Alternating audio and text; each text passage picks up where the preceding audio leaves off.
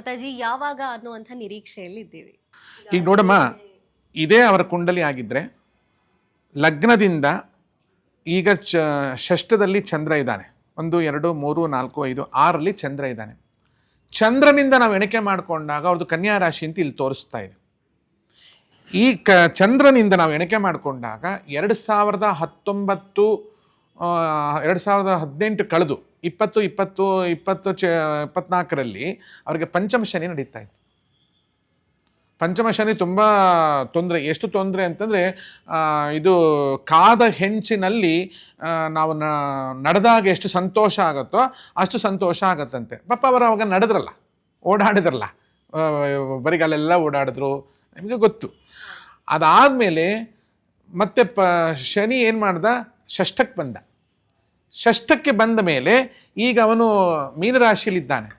ಅಂದರೆ ಸೀದಾ ನೇರವಾಗಿ ಅವನು ಕನ್ಯೆಯನ್ನು ನೋಡ್ತಾ ಇದ್ದಾನೆ, ರಾಶಿ ನೋಡ್ತಾ ಇದ್ದಾನೆ. ಇನ್ನು ಸ್ವಲ್ಪ ದಿನಗಳಲ್ಲಿ ಶನಿಯ ಒಂದು ನಿರ್ಗಮನ ಮುಂದಾಗತ್ತಲ್ವಾ, ತಕ್ಷಣ ಅವರಿಗೆ ಉತ್ತಮ ಫಲಿತಾಂಶ ಖಂಡಿತ ಸಿಕ್ಕೇ ಸಿಗ್ತದೆ. ಅದು ಸ್ವಲ್ಪ ಅವರು ಇದರಲ್ಲಿ ಕೆಲವು ಪರಿಹಾರಗಳಿದೆ, ಆ ಪರಿಹಾರಗಳನ್ನು ಮಾಡಿಕೊಂಡಲ್ಲಿ ನಿಜವಾಗಿಯೂ ಯಾವುದೇ ಸಮಸ್ಯೆ ಇಲ್ಲದೆ ಆ ಸೀಟ್ ಅವ್ರಿಗೆ ಪ್ರಾಪ್ತಿಯಾಗತ್ತೆ. ಅದ ಮೇಲೆ ಆರಾಮಾಗಿ ಕೂತ್ಕೋಬೋದು. ಎಸ್.